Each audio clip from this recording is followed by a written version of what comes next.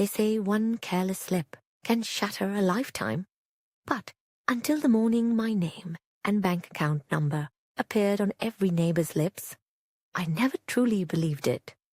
I only wanted to check the community messages before sunrise.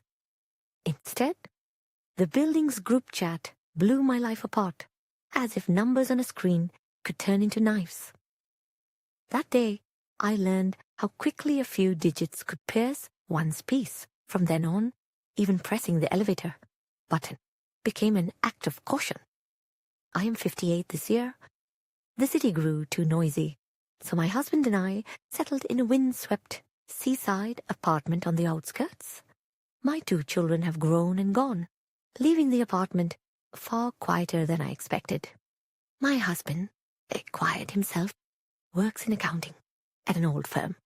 Most days, I volunteer at the local welfare center and manage notices for our apartment. Outsiders would call us ordinary. I told myself my life was quietly content, convincing myself that the little storms, like my in-laws' criticisms, would always pass if I just endured. That belief began to crack when my younger brother, young Sue, needed help. 10 years my junior, he lost our parents young, and I stepped into the older sister turned mother role, awkward and stubborn. When young Sue decided to open a small shop, I urged caution but ultimately supported him. Yet business soured. Unpaid credit cards stacked up, and shame pressed heavy on me. Nothing like the pain of family money woes. I dipped into a secret emergency fund I'd saved behind my husband's back, parceling it out to young Sue. I told him he could start over. I never guessed that small help would snowball and threaten to consume me later. The distance between myself and my in-laws grew with it. My mother-in-law is severe about household dealings and money, and nothing I do escapes criticism.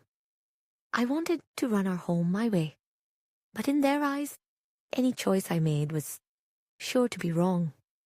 Once, sifting through my tidy box of grocery receipts, I noticed that calculations, ones I didn't remember making, were neatly sorted. My numbers lined up under unfamiliar gazes. Soon, I kept hearing that my memory must not be what it used to. I denied it, but the repetition left me unsure of myself. Looking back, that's when I began wandering the shadowy tunnel of what can only be called in-law gaslighting. In the midst of this, I was put in charge of posting notices in the building's group chat. I listed recycling days, parking checks, and elevator repairs faithfully. Neighbors sent stickers in thanks or grumbled about fees. I shrugged it off. I liked to believe the chat room was a little town plaza where we formed a community, however noisy it got. But that faith vanished in a single night. At dawn, someone posted a spreadsheet labeled maintenance refunds in the chat room. My name and a partly hidden bank account number blurred alongside ins and outs of money, marked by dates. The implication was unmistakable. Some tagged my name, daring me to defend myself, while others already made up their minds. Trembling, I stared at my phone until my head thudded in pain, certain that at the next tap on the door, my heart would stop. My first response was to print out every bank statement I had. At the bank's counter, I turned the pages with shaking fingers. Below my name, unfamiliar transactions piled up. Bank transfers, ones I'd never made, were there, some with anonymized memo notes.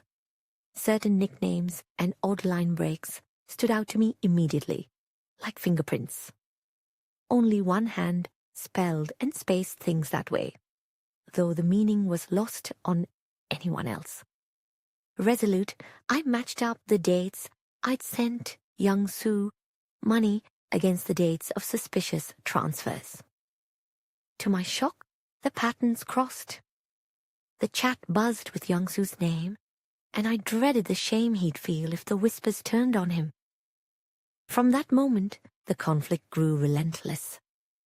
Neighbors started avoiding my eyes in the halls. My own reflection in the elevator looked back at me, unfamiliar and pinched. At the convenience store, I heard quiet voices gather behind my back, and even the community bulletin board felt colder than paper. My husband grew silent, my in-laws busier and more intrusive. Nobody accused me directly, but their judgment carved itself into my bones. Even at home, in the dark, with every notification turned off, I heard echoes of trouble. Whenever the phone vibrated, my heart rattled alongside. Young-soo shrank away, burdened by his own debts, and now tangled in mine. I wanted to sever the help, tell him I could do no more. But blood ties aren't so easily cut. His short text messages lodged in my chest, and every reply I managed felt like only a brief sigh. The words money and family grew heavier, like a stone I'd stolen into my own house. Each regret sat like an unwanted guest on my living room sofa. I regretted helping him. I regretted my silence with my in-laws. I regretted ever volunteering to manage the group chat. All my decisions pressed in until it became hard to breathe. Desperate to clear my name, I spent days shuffling papers and scrolling bank statements, cross-referencing every transaction with my transit card usage. I realized some bank activities occurred while I was miles away, confirmed by subway logs. The movements of my account and my own steps contradicted each other. A clue, perhaps, or just a coincidence, but I knew better than to believe in coincidences. I wanted only the truth. However, it hid itself. Meanwhile, my in-laws sharpened their words. Now they said I couldn't keep memories straight, that I lacked judgment, that any household chaos stemmed from my disorganization and not merely daily life. Coming home felt like facing not family, but a tribunal. Day by day, my sense of self wore thinner. Sometimes I imagined turning invisible, blended with the wallpaper, shielded from every storm except the one conjured by words. There was no escaping the feeling of being gaslit, of being shrunk to almost nothing by repeated doubts. The apartment group chat spun on, cycling through talk of refunds, event contributions, and shared funds. Someone dug up a record showing an old refund from a certain contractor had mistakenly landed in my account. My name reappeared, blurred, but there. I recognized my own handwriting, used now to implicate me. I pressed my finger to the screen, but the stain wouldn't disappear.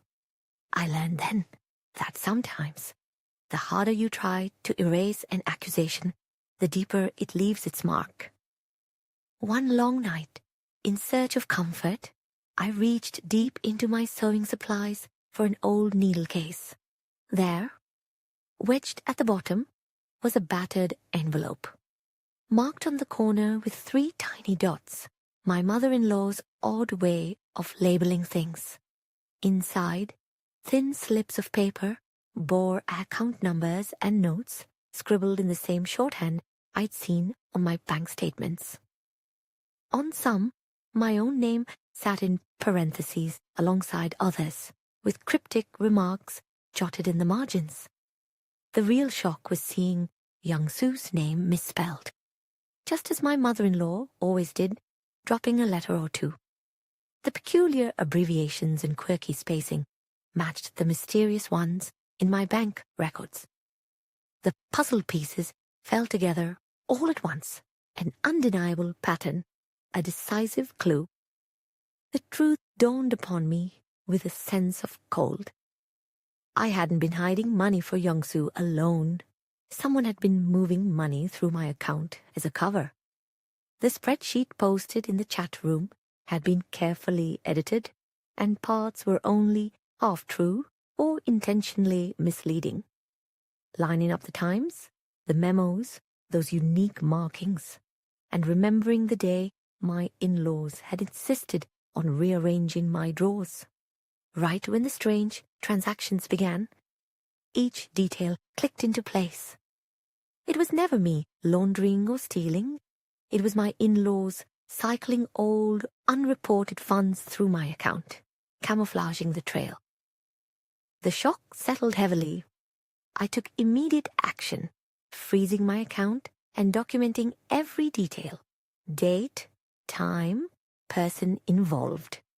I quietly handed my file of evidence to our building manager and asked the chat room administrator to track how the spreadsheet rumors had spread. I did it all without a word. My voice remained silent, existing only in the neat rows of my notebook. The fallout swept through the apartment quickly. The chat room went quiet. Some neighbors avoided my eyes, others met them with silent concern. My in-laws kept their own silence.